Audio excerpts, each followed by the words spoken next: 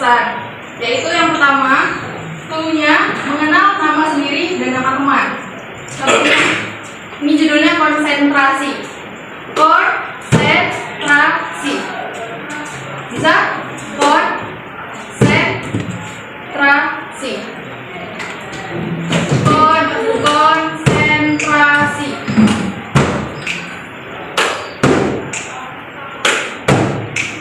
Coba diri. Contohnya dulu.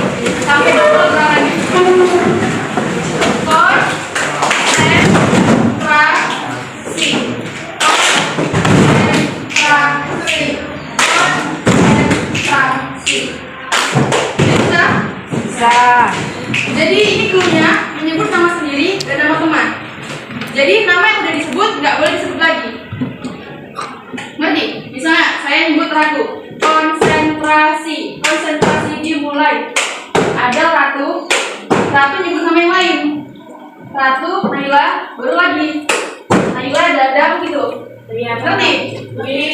Bagaimana lagi cepat? Konsentrasi dimulai. Ada Jawa. Jawa sama. Jawa. Habis.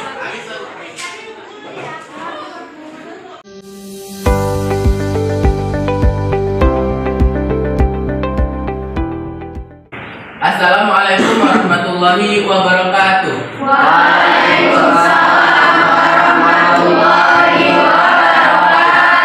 Selamat pagi semuanya. Terima kasih yang sudah menjawab salam, semoga masuk surga. Dan bagi yang tidak menjawab salam, semoga masuk angin. Baik, kami dari kelompok 1, saya Saptian Mahyudi sebagai moderator, dan teman saya yaitu Happy Naila sebagai pemateri yang pertama, dan teman saya yang kedua yaitu Reva Juliana sebagai pemateri yang kedua. Baik, kami dari kelompok 1 akan mempresentasikan hasil diskusi kami yang berjudul yaitu sistem saraf sadar. Yang dimana sistem saraf sadar ini dibagi menjadi dua. Yang pertama yaitu sistem saraf pusat dan yang kedua yaitu sistem saraf tepi atau perifer.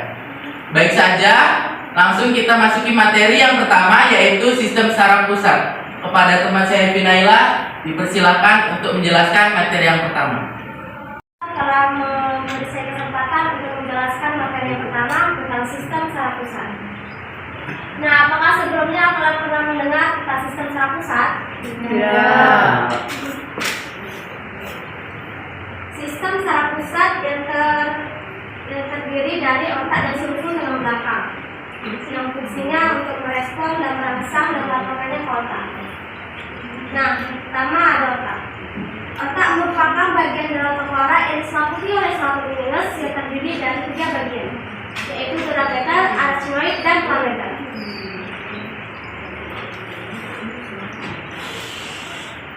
Yang saya jelaskan tadi yaitu otak berada di dalam tengkorak yang diselimuti oleh saraf nukleus yang terdiri dari 3 bagian. Misalkan kita lihat, yaitu ada dura beta, arachnoid, dan plameta. Otak itu berada di bagian sini, sedangkan dura beta terletak di bagian sini, dan arachnoid terletak di bagian sini, dan plameta terletak di bagian sini. Oke?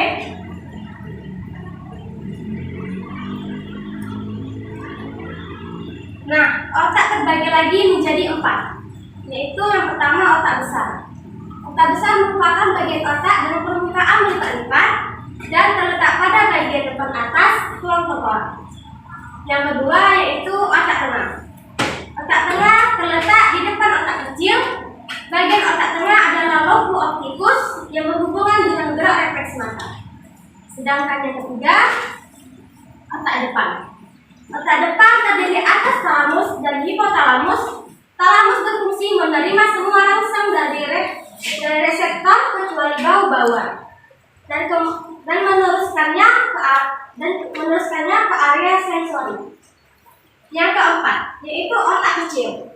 Otak kecil terletak di depan sumsum lanjutan. Otak kecil merupakan pusat keseimbangan gerak dan koordinasi gerak otot serta posisi tubuh. Itu adalah bagian-bagian dari otak. Lanjut kita yang ke nomor 2, yaitu sumsum lanjutan. Sumsum lanjutan disebut juga batang otak.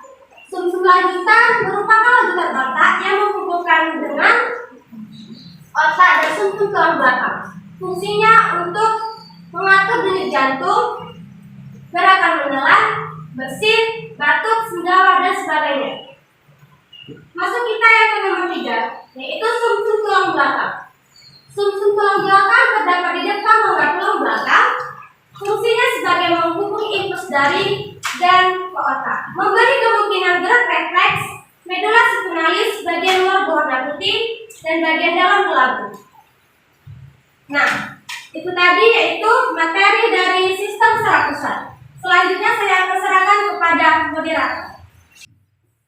Nah, itu tadi penjelasan dari materi yang pertama yaitu sistem saraf pusat.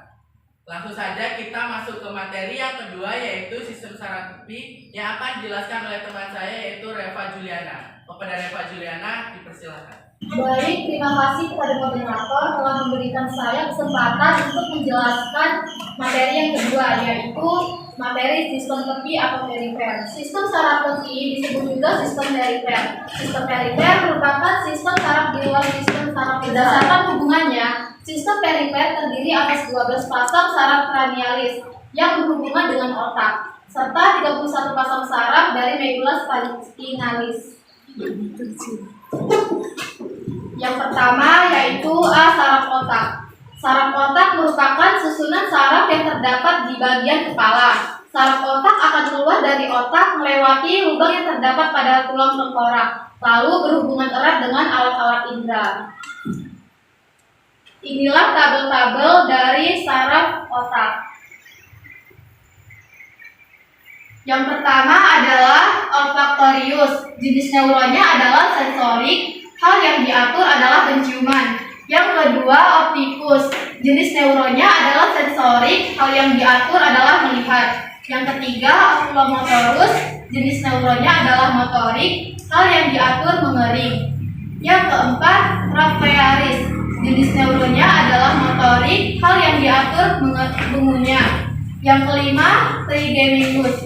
Jenis neuronnya adalah motorik dan sensorik. Hal yang diatur menggerakkan bola mata, sakit, tekanan, pedas, dan suhu. Yang keenam, abdusen. Jenis neuronnya motorik. Hal yang diatur menggerakkan bola mata.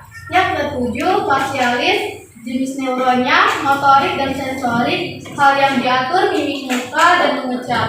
Yang kedelapan, vestibuloakusticus. Jenis neuronnya sensorik. Hal yang diatur keseimbangan dan mendengar. Yang kesembilan, glossopharyngus. Jenis neuronnya motorik dan sensorik. Hal yang diatur menelan dan mengucap. Yang ke-10 adalah vagus. Jenis neuronnya motorik dan sensorik. Hal yang diatur menelan, seperti getah, lambung sakit, dan lapar. Yang ke-11 aksesorius. Jenis neuronnya motorik. Hal yang diatur bicara menggunakan kepala. Yang ke-12 hipoglossus. Jenis neuronnya motorik. Hal yang diatur bicara, mengunyah, dan menelan. Itulah tabel dari saraf tepi. Yang kedua, B. Saraf sumsum tulang belakang. Saraf sumsum tulang belakang merupakan urat saraf yang keluar dari sumsum tulang belakang menuju alat-alat gerak tubuh seperti lengan dan tungkai. Saraf tulang belakang berjumlah 31 pasang. Yang pertama, 8 pasang dari saraf leher atau thoracalis. Yang kedua, 12 pasang saraf punggung atau dorsalis. Yang ketiga, 5 pasang saraf pinggang atau lumbalis. Yang keempat, 5 pasang saraf pinggul atau sakralis. Yang kelima, 1 pasang saraf ekor atau caudalis. Demikian yang dapat saya jelaskan dari materi sistem saraf tepi atau perifer. Selanjutnya saya akan kembalikan kepada moderator.